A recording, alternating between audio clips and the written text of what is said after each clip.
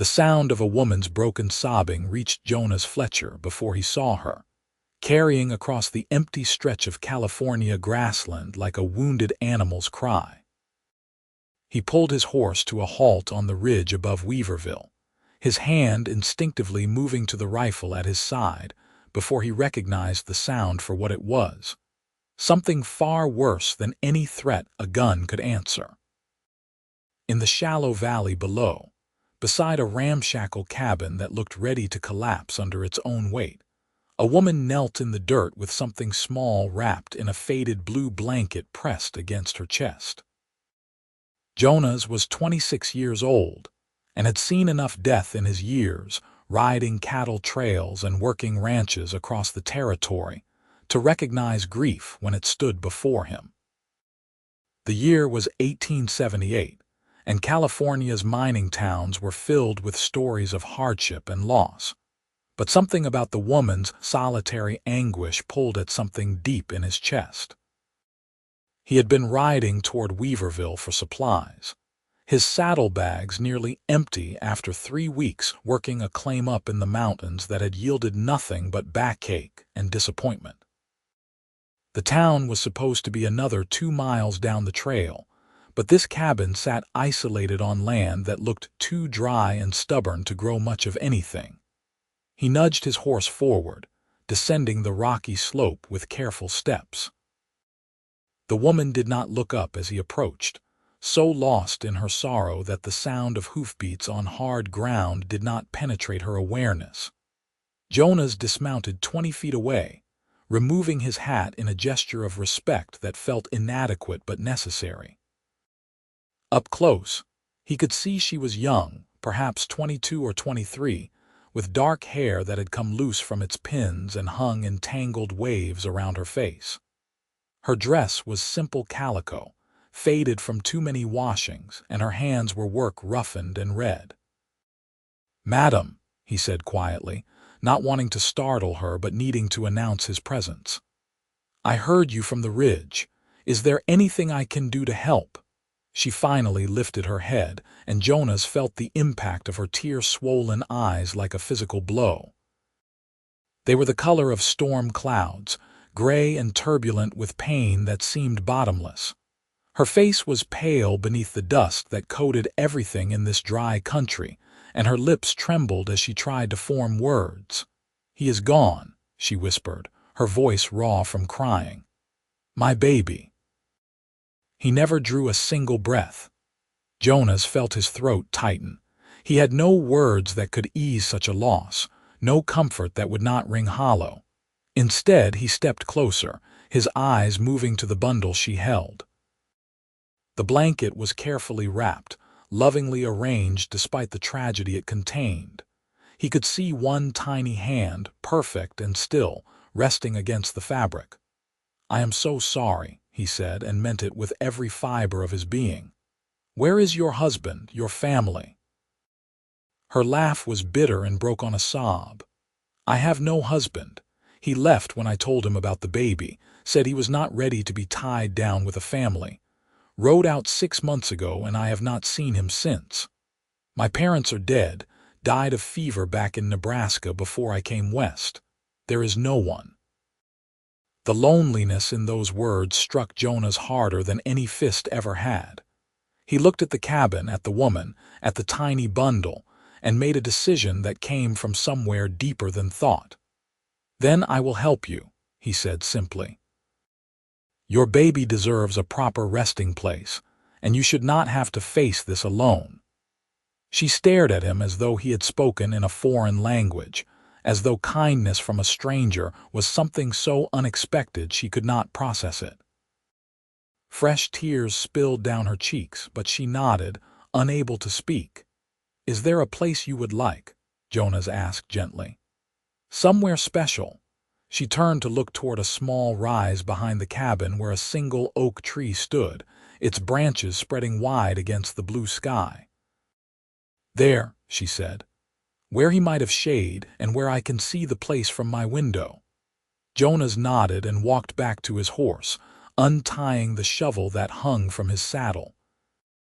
It was not much, Just a simple tool he carried for digging fire pits and clearing campsites, but it would serve this more solemn purpose. He carried it up the rise, his boots crunching on the dry grass, and selected a spot beneath the oak's largest branch. The ground was hard, baked by the summer sun that beat down mercilessly even now in late September, but he set to work without complaint. The woman sat where he had left her, still holding her son, watching him with those gray eyes that held an ocean of sorrow. Jonas dug steadily, methodically, feeling the muscles in his shoulders and back protest as he broke through the tough earth. Sweat soaked his shirt and dripped from his face, but he did not stop. This was the only thing he could offer, the only service that mattered in this moment. The sun climbed higher, turning the sky white with heat, and still he dug. It took him nearly 3 hours to create a grave of proper depth, small though it was. When he finally climbed out, his hands were blistered and bleeding, his arms trembling with exhaustion. But the hole was ready, carved into the earth with care and respect. He walked back down to where the woman waited, moving slowly as though she were trapped in a dream she could not wake from. "It is ready," he said softly. "Would you like me to carry him, or would you prefer to do it yourself?" She stood on unsteady legs, her body stiff from sitting so long in one position. "I will carry him," she said, her voice barely audible, "just this last time." They walked together up the rise, the woman cradling her baby with infinite tenderness, Jonas walking beside her with his hat still in his hand. At the graveside, she knelt and looked down into the dark earth for a long moment. Her whole body shook with the effort of holding back her sobs. "I do not know if I can," she whispered. "I do not know how to let him go." Jonas knelt beside her, his presence solid and steady. "There is no right way to do this," he said quietly. "Take whatever time you need, I will stay with you." She turned to look at him, really seeing him for the first time. His face was weathered by sun and wind, with lines around his eyes that spoke of years spent outdoors. His hair was brown and touched with dust, his jaw shadowed with several days of stubble. But his eyes were kind, a warm brown that held no judgment, only compassion. "Why are you doing this?" she asked, her voice breaking. "You do not know me. You could have ridden past and pretended you heard nothing." Jonas was quiet for a moment, thinking about his answer. "Maybe I could have," he admitted, "but I did not. And I do not think I could live with myself if I had left you to face this alone. Some things in life are too hard to bear without another person standing beside you." She closed her eyes, tears streaming down her face, and nodded. With shaking hands, she kissed her baby's forehead through the blanket, whispering words Jonas could not hear but knew were goodbye. Then, with infinite gentleness, she lowered the tiny bundle into the grave. Jonas had found stones while he was digging, and he had set them aside. Now he placed them around and over the small form, creating a cairn that would protect the baby from the earth's weight. The woman watched, her hand pressed to her mouth, as her child disappeared beneath the rocks. When it was done, Jonas stood and began to fill in the grave, working as gently as he could, treating the task with the reverence it deserved. When the last shovelful of earth was in place, he patted it down carefully and stepped back. The woman remained kneeling, her hands folded in her lap, staring at the small mound. Jonas stood beside her, his head bowed, keeping vigil in silence. The sun began its descent toward the western horizon, painting the sky in shades of gold and amber. A breeze picked up, rustling the oak leaves above them, and somewhere in the distance, a bird sang. "I should have given him a name," the woman said suddenly, her voice hoarse. "I was waiting until he was born, thinking I would know when I saw his face, but now he has no name at all." "It is not too late," Jonas said. "You can still name him." She thought for a moment, her eyes distant. Samuel, she said finally. Samuel Lawrence. It was my father's name and his father's before that. At least that way he will carry something of the family with him. Samuel Lawrence, Jonas repeated, committing it to memory. That is a good name, a strong name. They stood there together as the shadows lengthened, two strangers bound by grief and an act of kindness that somehow felt more significant than either of them could articulate. Finally, as the sky began to darken toward twilight, the woman stirred. I should go inside, she said, though she made no move to leave. But I do not want to walk away from him. He will always be here, Jonas said gently. Right here under this tree where you can visit him whenever you need to. You are not abandoning him by going inside. She nodded slowly and rose to her feet, her legs unsteady. Jonas reached out instinctively to steady her, his hand on her elbow, and she did not pull away. They walked down the rise together, and at the cabin door she finally turned to face him fully. I do not even know your name, she said, and there was something almost like a laugh in her voice, broken and sad but real. Jonas Fletcher, he said. I have been working a claim up in the mountains, heading into Weaverville for supplies. Nora Larkin, she replied. Though I suppose that is all I am now, just Nora, alone in a cabin that is falling apart with nothing and no one. You have your strength, Jonas said. I can see it in you even through your grief. You have survived this day, which means you can survive tomorrow too. Nora looked at him with something approaching wonder. You are a strange man, Jonas Fletcher, strange and kind in equal measure. My mother raised me to help where help is needed, he said simply. She would have tanned my hide if I had ridden past you today. I wish I could offer you supper as thanks, Nora said, glancing back at the cabin. But I have almost nothing in the house. The garden died in the heat, and I have been too sick these last weeks to do much hunting or foraging. Jonas looked at the cabin, then at Nora's pale, exhausted face, and made another decision. I have some supplies in my saddlebags, not much, but enough to make a decent meal for two, and I have nowhere I need to be tonight. If you would not mind the company, I could cook us something before I head into town tomorrow. Nora hesitated, and Jonas could see the conflict in her expression. She was a woman alone who had already been betrayed by one man, and he was a stranger. But she was also exhausted and grieving and desperately in need of human connection that did not hurt. I would appreciate that, she said finally. Thank you, Jonas. He retrieved his saddlebags and tended to his horse, making sure the animal had water from the well and could graze on what little grass grew near the cabin. Then he carried his supplies inside, stepping into a space that was clean but sparse, with almost no furniture and less comfort. There was a stove, a table with two chairs, and a narrow bed in the corner. A trunk sat against one wall, and a few dishes were stacked on a shelf. It was the home of someone who had come west with dreams and found only hardship. Jonas set to work, finding a pot and setting water to boil. He had dried beef, some beans, a few vegetables that were starting to soften but were still good, and a portion of cornmeal. It was not fancy, but he could make a stew that would fill their bellies and provide some comfort.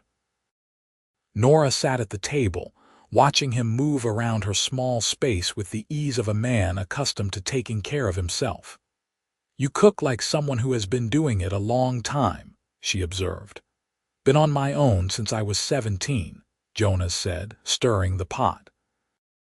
My mother died of consumption and my father had passed years before. I have been working ranches and mines, going where the work is. You learn to cook or you go hungry. I am sorry about your mother, Nora said softly. It was 9 years ago, Jonas replied. The pain fades, though it never fully goes away. You learn to carry it differently, I suppose. They fell into silence, but it was not uncomfortable. Jonas continued to cook, and Nora simply sat, her eyes occasionally drifting to the window where she could see the oak tree silhouetted against the darkening sky. When the stew was ready, Jonas filled 2 bowls and set one in front of her with a spoon. "You should try to eat," he said gently. "You need your strength." Nora looked at the bowl as though she had forgotten what food was, but she picked up the spoon and took a small bite, then another. The warmth and flavor seemed to awaken something in her, and she ate more steadily, finishing half the bowl before setting down her spoon. "That is the most I have eaten in 3 days," she admitted. "I could not seem to make myself care about food." Jonas ate his own meal, then cleaned up the dishes without being asked. As he worked, Nora watched him with an expression he could not quite read. "Why are you really doing this?" she asked again, the truth this time. Jonas dried the last bowl and set it on the shelf before turning to face her. "The truth is, I do not entirely know," he said. "Maybe because I know what it is like to be alone in the world. Maybe because I have seen too much hardness and wanted to offer something soft for once. Or maybe because, when I heard you crying, something in me recognized a pain that should never be borne alone." Nora's eyes filled with tears again, but she blinked them back. "I feel like I should be stronger than this," she said. "Like I should be able to face this without falling apart." "Strength is not the absence of falling apart," Jonas said, sitting down across from her. "Strength is falling apart and still getting up the next day to try again." They talked late into the night, the conversation meandering from topic to topic, as people do when they are getting to know one another. Jonas learned that Nora had come to California 3 years ago with the man who had promised to marry her, but never did. That she had been a schoolteacher back in Nebraska, and still loved books, though she owned only 3. Nora learned that Jonas had grown up on a farm in Missouri, that he had always wanted to see the Pacific Ocean but had not yet made it that far west, and that he played harmonica, though he had not picked up his instrument in months. When exhaustion finally overtook them both, Jonas insisted Nora take the bed while he rolled out his blanket on the floor. She protested weakly, but he would not hear of it, and she was too tired to argue strenuously. As Jonas lay in the darkness listening to her breathing even out into sleep, he wondered what tomorrow would bring, and why the thought of riding away from this broken-down cabin felt suddenly impossible. Morning came too soon and too bright. Jonas woke to find Nora already up, standing at the window and looking out at the oak tree.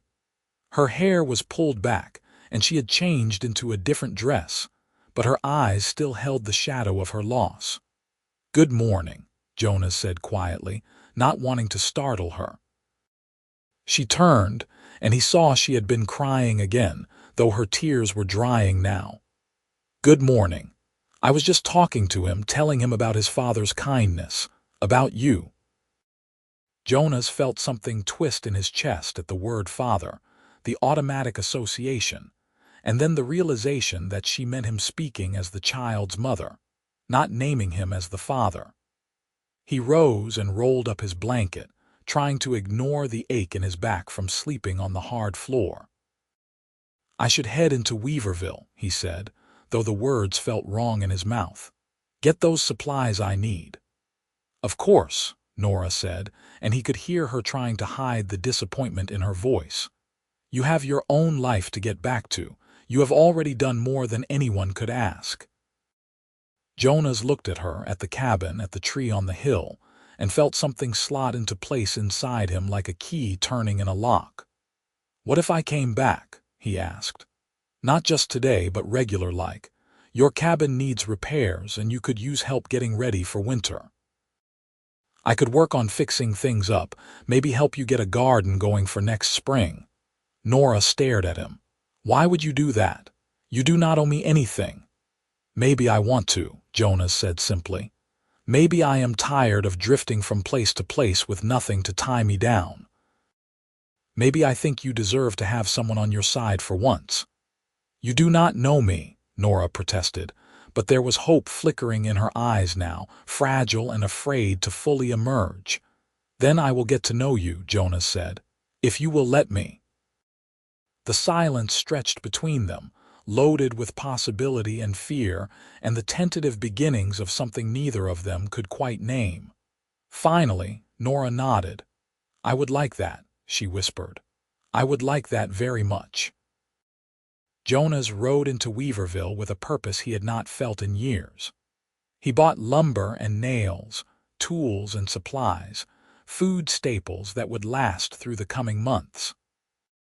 He arranged with the general store owner to have the heavier items delivered to Nora's cabin, and he purchased seeds for spring planting. The proprietor gave him curious looks, but asked no questions, and Jonas offered no explanations. By the time he rode back to the cabin in the late afternoon, his saddlebags were full, and his mind was spinning with plans. Over the following weeks, Jonas became a regular fixture at Nora's cabin. He repaired the roof, replacing rotten shingles and sealing leaks. He fixed the sagging porch and reinforced the walls. He dug a proper root cellar and helped Nora preserve what food they could gather from the surrounding land. And through it all, they talked. Nora told him about her childhood in Nebraska, about her mother who had taught her to read, and her father who had been a carpenter before the fever took them both. She spoke of her dreams of teaching, of wanting to make a difference in children's lives, and how those dreams had dissolved when she followed a man west who had never loved her the way she deserved. Jonas shared his own stories, about growing up on a farm, about learning to ride and shoot, about the years after his mother's death when he had drifted aimlessly, looking for something he could not name. He talked about the loneliness of cowboy life, the camaraderie that never quite filled the empty spaces, and the growing feeling that he was wasting his years on pursuits that meant nothing. One evening in early October, as they sat on the newly repaired porch watching the sun set, Nora said something that had clearly been building in her for days. "I need to tell you something, and I need you to be honest with me about how you feel." Jonas turned to look at her, his heart suddenly beating faster. "All right. I find myself thinking about you when you are not here," Nora said, her voice steady despite the flush rising in her cheeks. "I find myself looking forward to your visits in a way that feels like more than simple gratitude or friendship. And I need to know if I am alone in that, or if you might feel something similar." Jonas was quiet for a moment, choosing his words carefully. "From the moment I heard you crying on that hill, something in me changed," he said. "I thought at first it was just compassion, just wanting to help someone in need.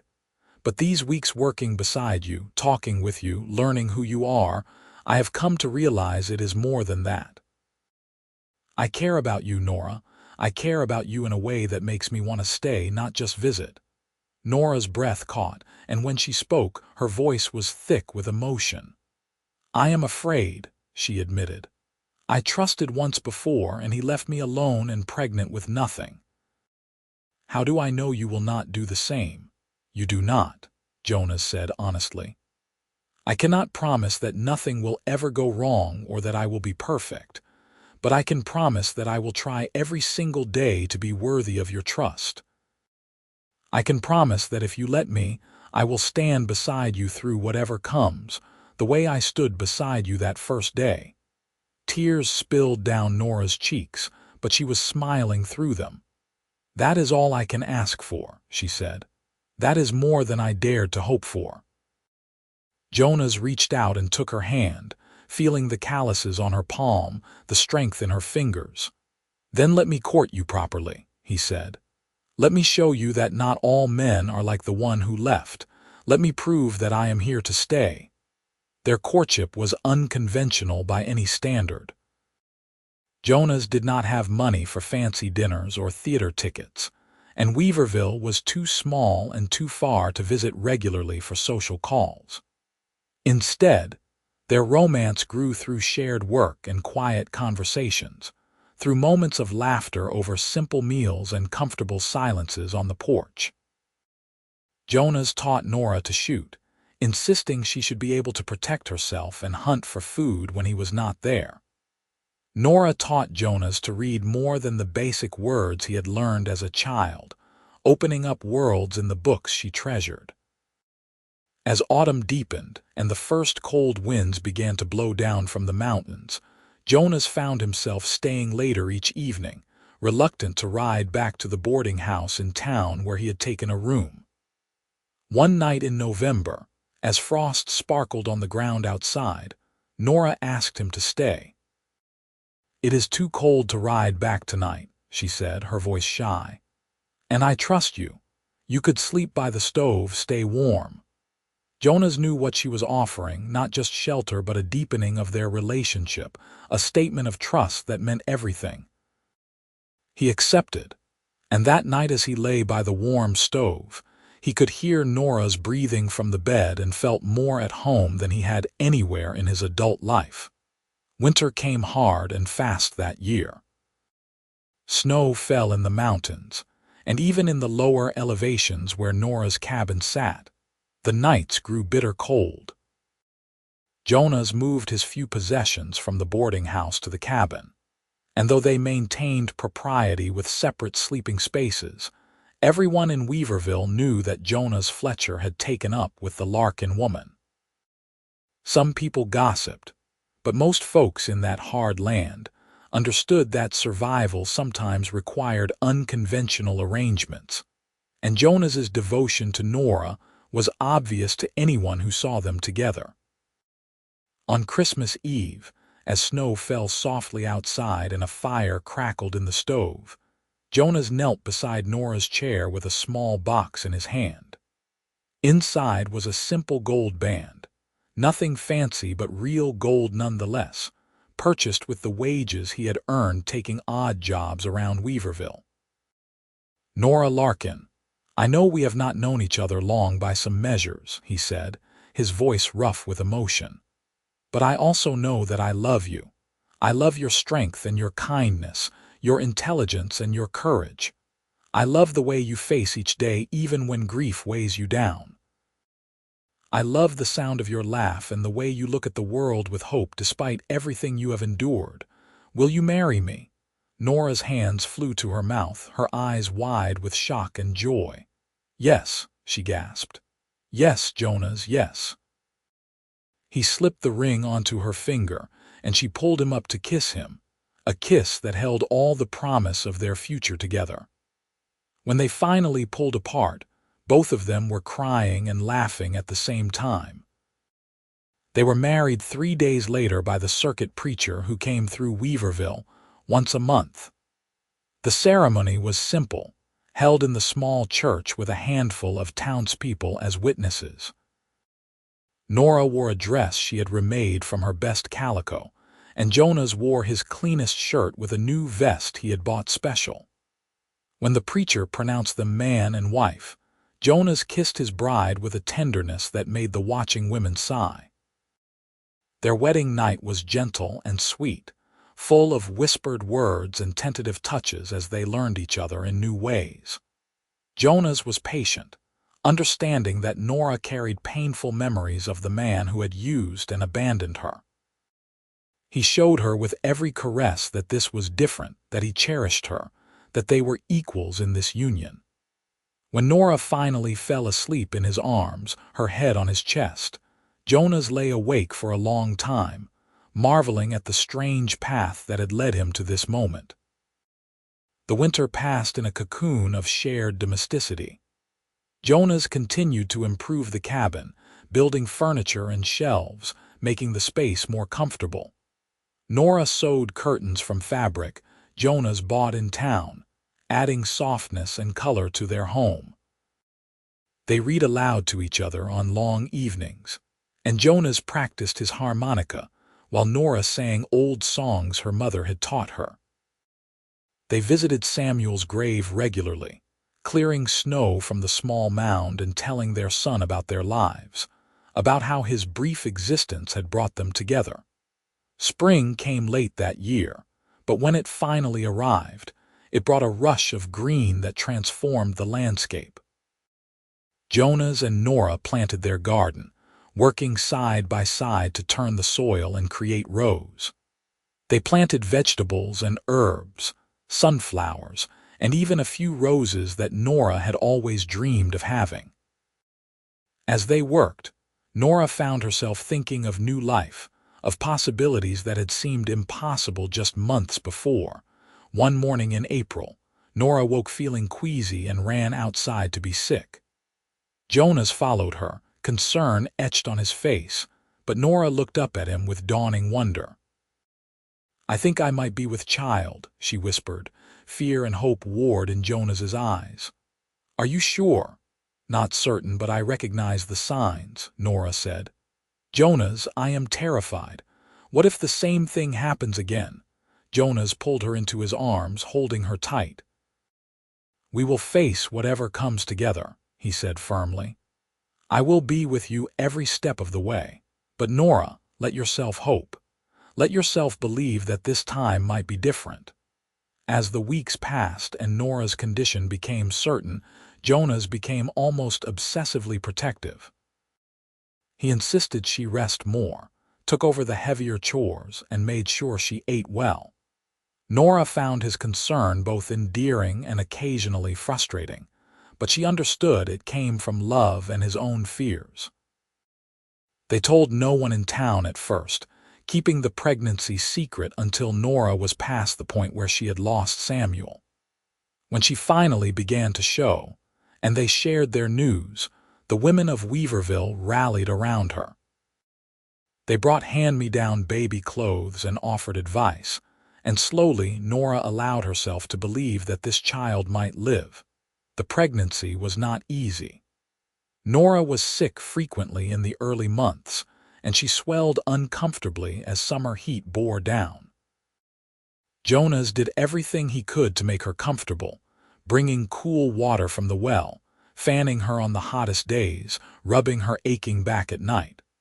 And through it all, they talked to the baby, telling it stories and singing songs, willing it to be strong. In late September, almost exactly a year after they had first met, Nora went into labor.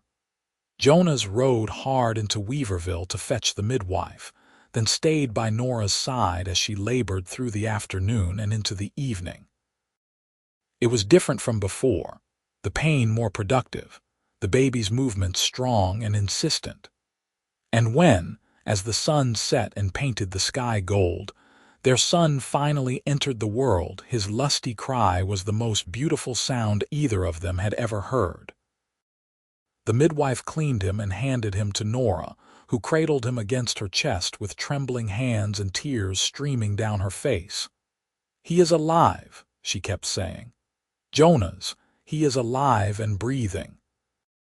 Jonas sat beside her on the bed, his arm around her shoulders, staring in wonder at the tiny red-faced infant. "He is perfect," Jonas said hoarsely. "Absolutely perfect." They named him Thomas James Fletcher, a strong name for what Jonas declared would surely be a strong boy. And indeed, Tommy proved to be a healthy, hungry baby who demanded attention and gave back smiles and coos that melted his parents' hearts. As Nora healed and Tommy grew, their family settled into new rhythms. Jonas found steady work with a rancher outside town, earning regular wages that allowed them to live more comfortably.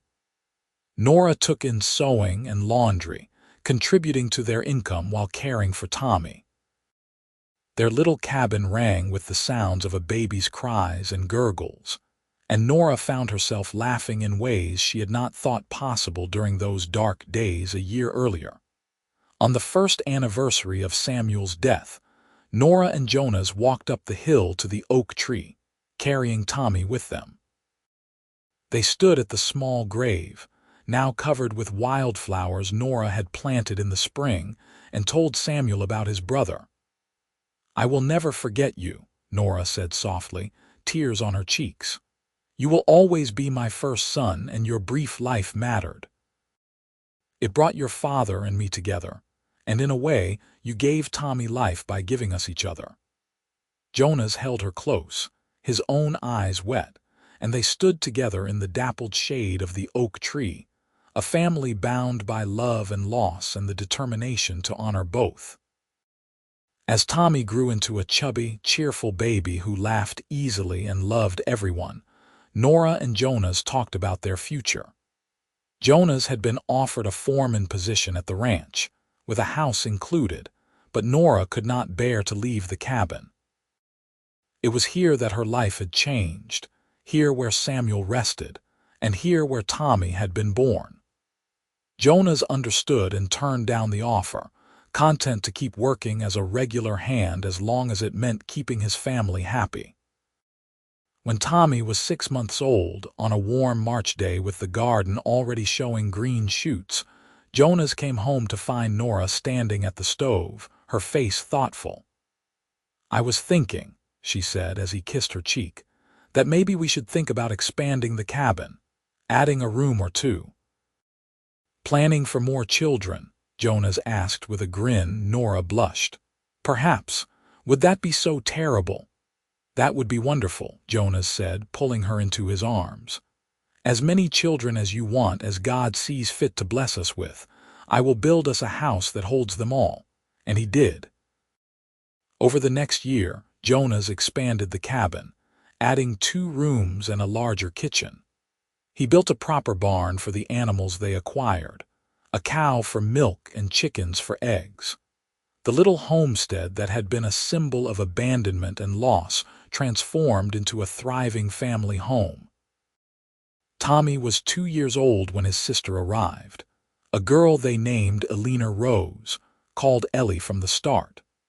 She had Nora's gray eyes and Jonas's brown hair, and Tommy was fascinated by her, constantly trying to help his mother care for his baby sister.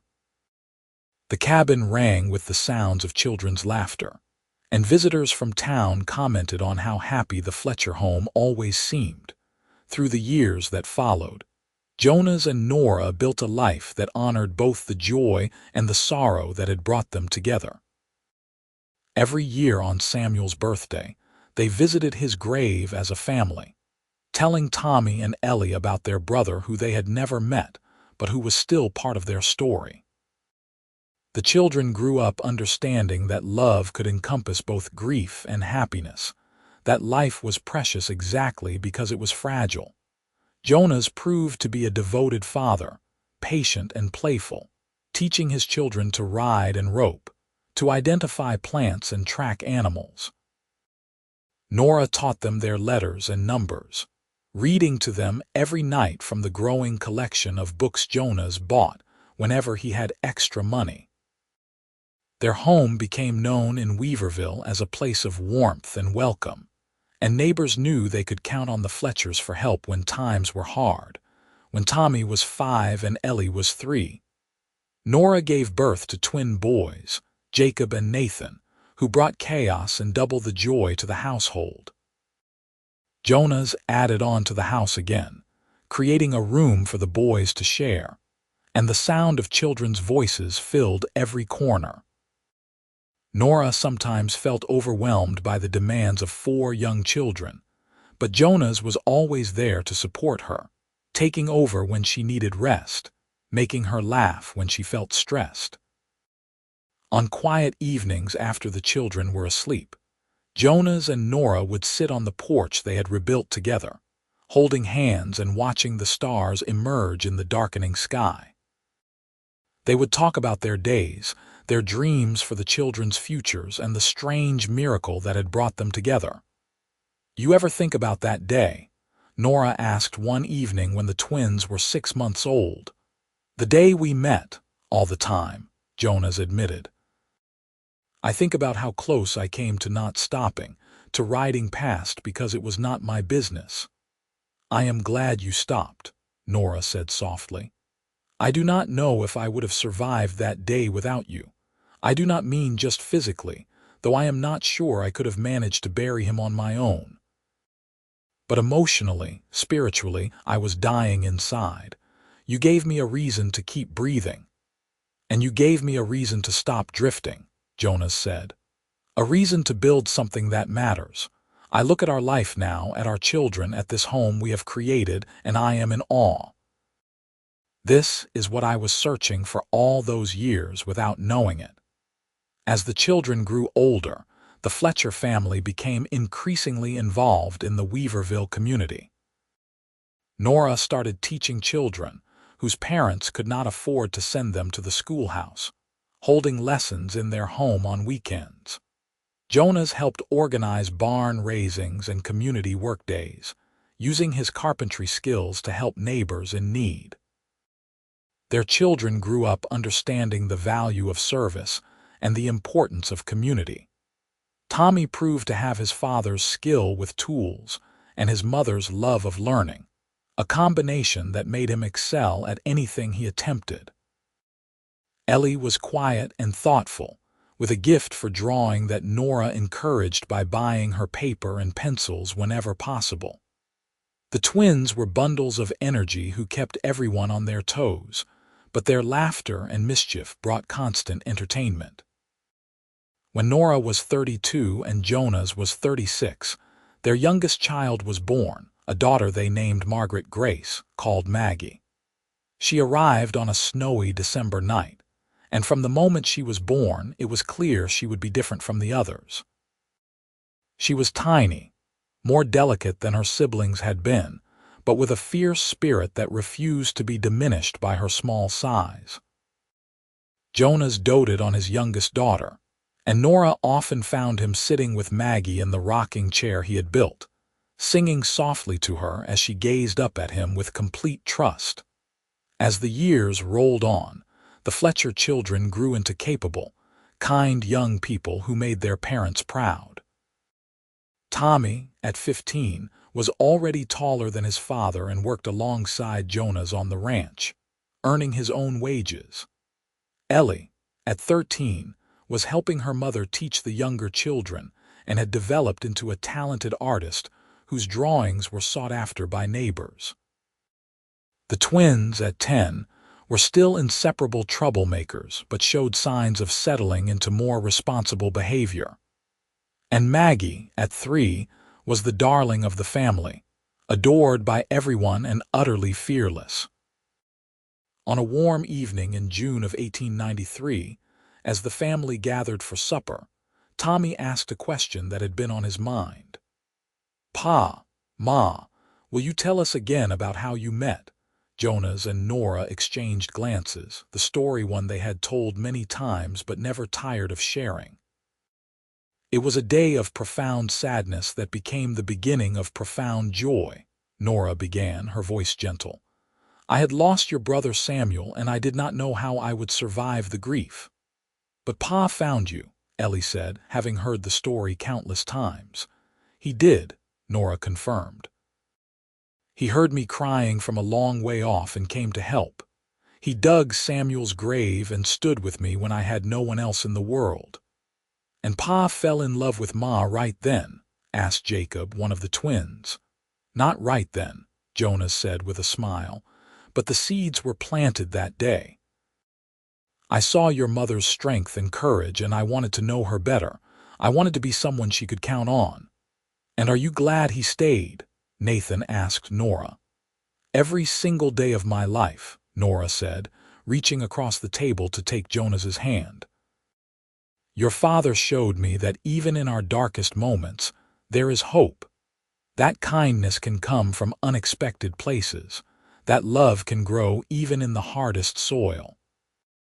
As the children grew older still and began to leave home for their own adventures, Jonas and Nora found themselves alone together again, their nest gradually emptying.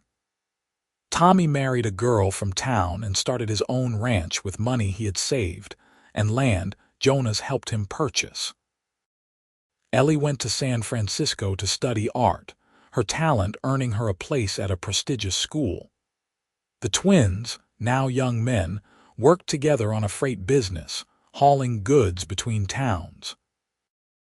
Only Maggie remained at home, now a spirited 15-year-old who helped her mother teach the growing number of students who came to their home. The original cabin had been expanded so many times it was now a proper house, with multiple rooms and a separate building for the schoolroom Nora had established. On the 20th anniversary of the day they met, Jonas woke Nora before dawn and led her up the hill to the oak tree. Samuel's grave was well tended, surrounded by the flowers Nora faithfully maintained. The sun was just beginning to rise, painting the sky in shades of pink and gold. 20 years ago today, I met you here, Jonas said, his arm around his wife's shoulders. You were holding Samuel and breaking apart with grief. I had no idea that helping you that day would change my entire life. You saved me, Nora said simply.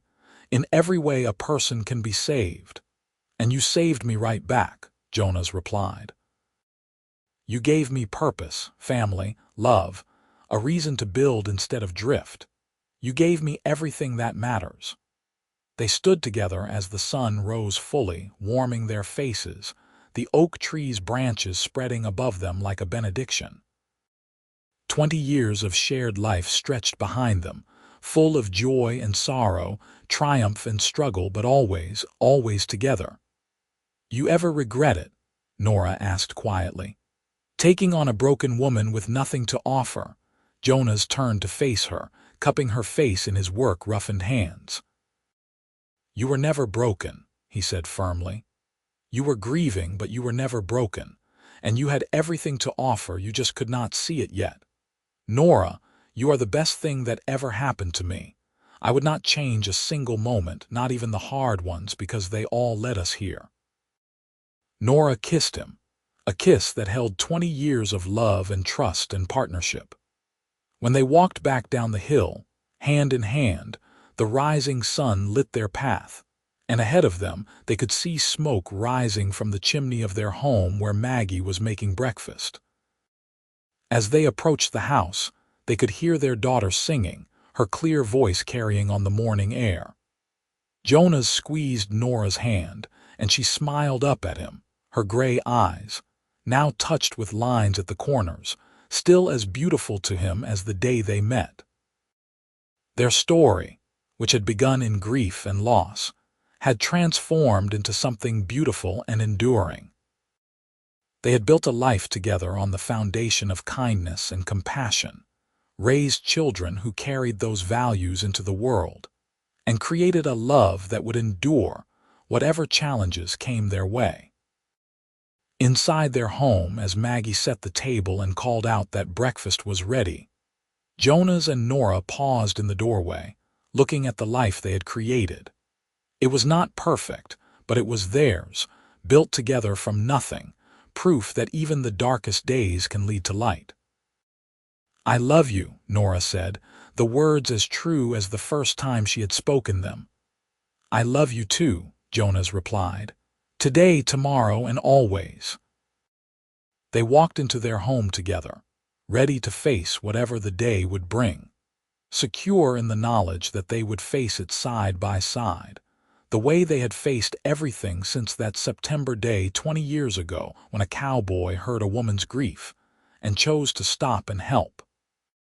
That single choice had changed 2 lives forever, creating a family where there had been only loneliness, building joy where there had been only sorrow, and proving that love, when it comes from a place of genuine compassion and respect, can heal even the deepest wounds.